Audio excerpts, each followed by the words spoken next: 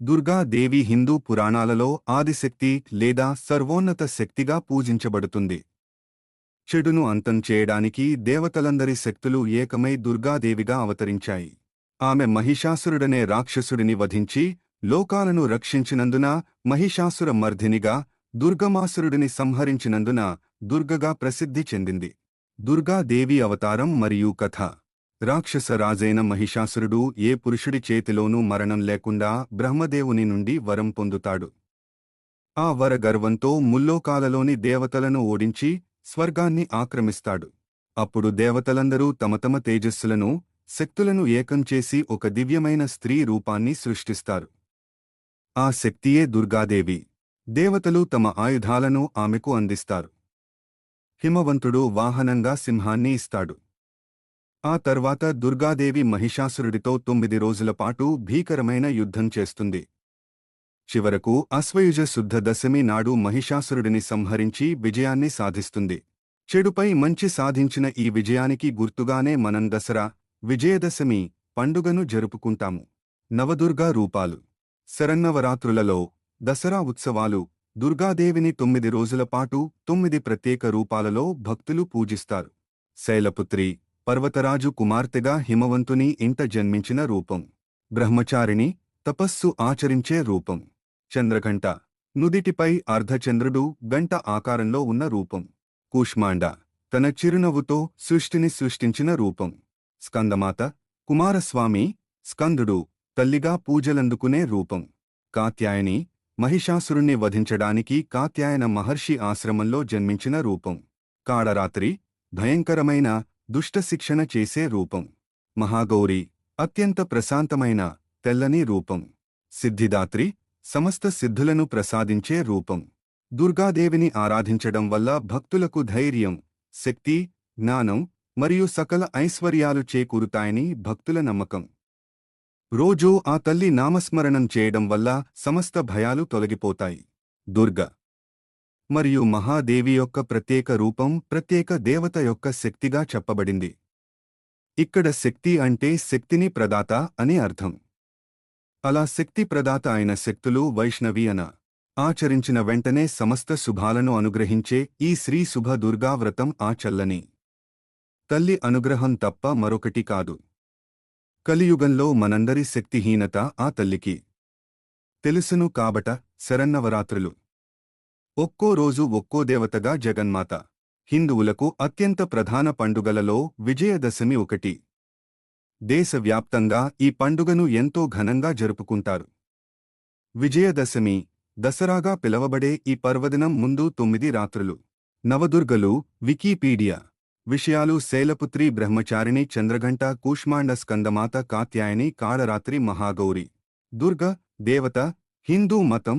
భర్త కాళి. పురాణాలు, పేర్లు, పండుగలు. బ్రిటానికా దుర్గ హిందూ మతంలో దేవి మరియు శక్తి అని కూడా పిలువబడే సర్వోన్నత దేవత యొక్క ప్రధాన రూపం. హిందూమతంలోని దైవిక స్త్రీ శక్తి ఒకేసారి ఏకవచనం మరియు బహువచనమేకవచన స. చైత్ర నవరాత్రి 9 అవతారాలకు సాంప్రదాయ భోగం సమర్పణ. మా శైలపుత్రి, మా బ్రహ్మచారిణి, మా చంద్రఘంట, మా కూష్మాండ, మా స్కందమాత, మా కాత్యాయని, మా కాళరాత్రి, మా మహాగౌరి మరియు మా సిద్ధిదాత్రి ఈ 9 రోజులలో పూజించబడే మా దుర్గాదేవి కథ. చెడుపై మంచి సాధించిన విజయం. తంజావూరు జాతి కళలు. మహిషాసురుడిపై యుద్ధం. మహిషాసురుడు ఒక వరాన్ని కోరాడు. నన్ను ఏ పురుషుడుగాని, దేవతగాని చంపలేరు. కేవలం ఒక స్త్రీ మాత్రమే చంపగలదు. బ్రహ్మ అతని కోరికను మంజూరు చేశా. హిందూ మతంలో అత్యంత శక్తివంతమైన దేవత ఎవరో తెలుసా? ఈ తల్లినే ఆదిశక్తి అని కూడా అంటారు. హిందూ మత గ్రంథాల ప్రకారం రాక్షసులను, దుష్టశక్తులను అంతం చేయడంలో పురుష దేవుళ్ళు విఫలమైనప్పుడు రాక్షసులను మట్టుబెట్టేందుకుదా ఈ ప్రసిద్ధ దుర్గామాత ఆలయాలలో కోరికలు నెరవేరుతాయి. ఎలా చేరుకోవాలంటే దుర్గా దేవిని అత్యంత భక్తిభావంతో పూజించే దసరా శరన్నవరాత్రులు కొనసాగుతున్నాయి. హిందువులు అత్యంత పవిత్రంగా జరుపుకునే దుర్గ నవరాత్రి ఉత్సవాలు ప్రారంభం. శరన్నవరాత్రులు. దుర్గాదేవి 9 రూపాలు. విశిష్టత. పర్వతరాజు అయిన హిమవంతుని కుమార్తె కాబట్టి ఈమెకు శైలపుత్రి అని పేరు వచ్చింది. సతీదేవి యోగాగ్నిలో తనుమును త్యజించిన తర్వాత హిమవంతుని కుమార్తెగా పుట్టిందని చెబుతా. శరన్నవరాత్రులలో 4వ రోజు కూష్మాండ దుర్గాగా దర్శనమిచ్చిన అమ్మవారు. విశ్వం లేనప్పుడు, అంతా చీకటే అలుముకున్నప్పుడు ఈ విశ్వాన్ని సృష్టించి తన చిరునవ్వుతో వెలుగును ప్రసాదించింది ఈ అమ్మవారు. సూర్యునికి ప్రకాశవంతమైన, కాంతివంతమైన వెలు. దుర్గాదేవి 32 నామాలు. దుర్గా 32 పరులు. దుర్గాదేవి 32 నామాలు. దుర్గా ద్వాత్రింశనామావళి. మహిషాసురుడిని అంతమొందించడానికే ఆమె ఈ అవతారమెత్తినట్లు చెబుతారు. దుర్గమ్మ స్వార్థం, ద్వేషం, అసూయ వంటి చెడు లక్షణాలను నశింపజేసి భక్తులను దుర్గార్తిశమని దశదిశలా దసరా.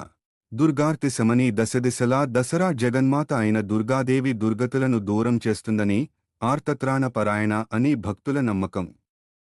ఆర్తితో పూజించే భక్తులకు ఆపదలు రాకుండా చూసుకు. దుర్గామాత విజయవాడ కథ సంక్షిప్తంగా. పురాణాల ప్రకారం ఒకప్పుడు అసురుడు మహిషాసురుడు చాలా శక్తివంతుడై దేవతలను కూడా ఇబ్బంది పెట్టేవాడు. అతన్ని ఎవ్వరూ జయించలేకపోయారు. అప్పుడు దేవతల శక్తులన్నీ కలసి దుర్గామాత రూపంలో అవతరించారు.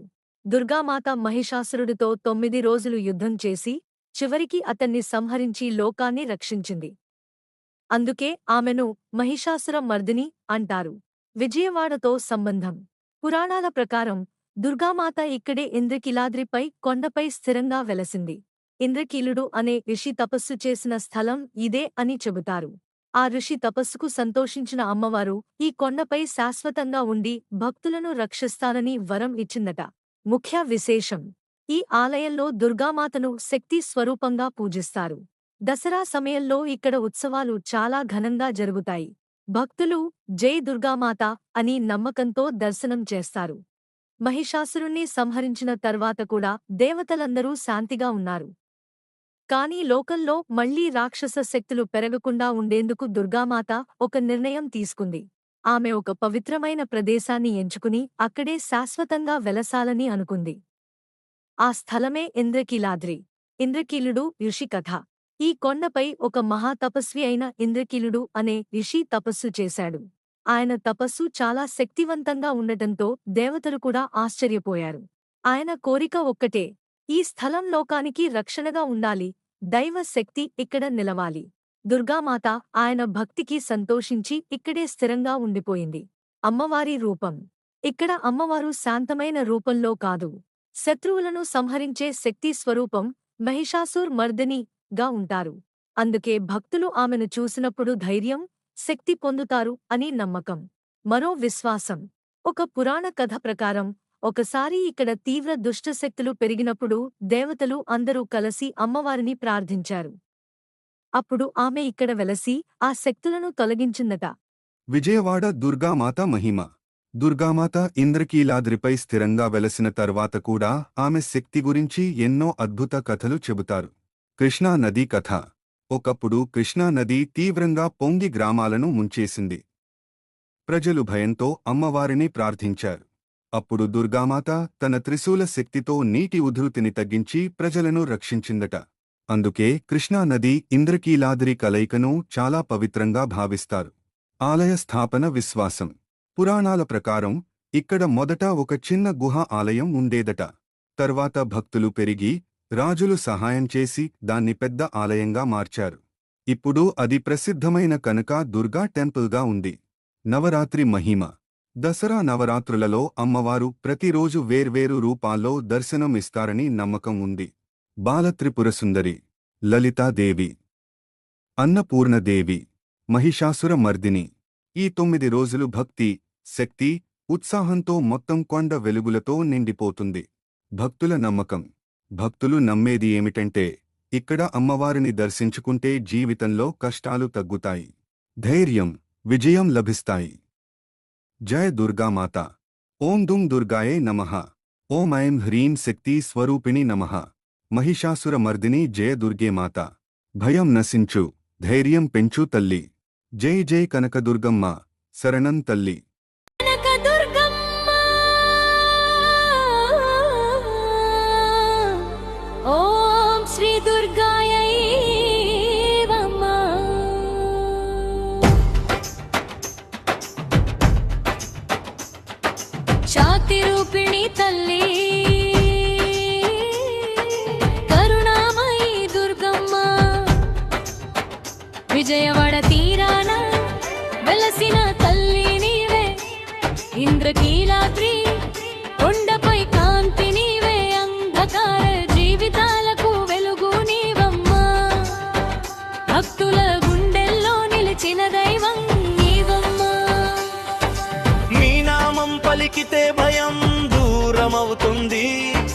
నీ దర్శనం చూస్తే మనసు శాంతి పొందుతుంది.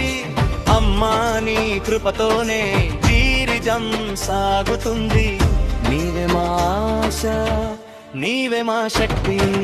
జై జై కనకదుర్గమ్మ, మా తల్లి నీవమ్మా. శక్తి స్వరూపిణి తల్లి, కరుణామయి నీవమ్మా. కృష్ణా నది తీరాన వెలసిన దేవమ్మ, భక్తుల రక్షణకై నిలిచిన తల్లి నీవమ్మా. మహిషాసురమర్దిని జయగర్జన తల్లి, దుష్ట శక్తులను నశింపజేసే పరమశక్తి కలి. నవరాత్రి వేళల్లో నీ రూపం వెలుగుతుంది. భక్తి గీతాల మధ్య నీ కీర్తి వినిపిస్తుంది. చిన్న చిన్న మనసులో ఆశ నీవే తల్లి. కష్టాల్లో ఉన్న వారికి ధైర్యం నీవే తల్లి. నీ పాదాల చెంతే శరణు కోరుతున్నా. నీవే మా దారి, నీవే మా గల్యం. జై జై కనకదుర్గమ్మ, మా తల్లి నీవమ్మా. శక్తి రూపిణి తల్లి, విజయవాడ దేవమ్మ.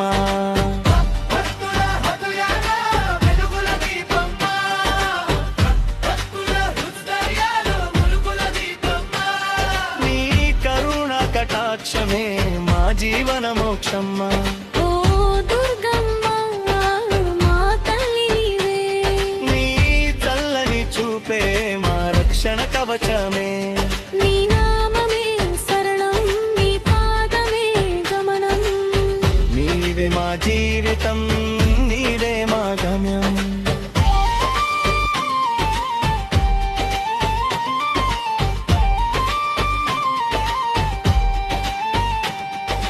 జై జై కనకదుర్గమ్మ,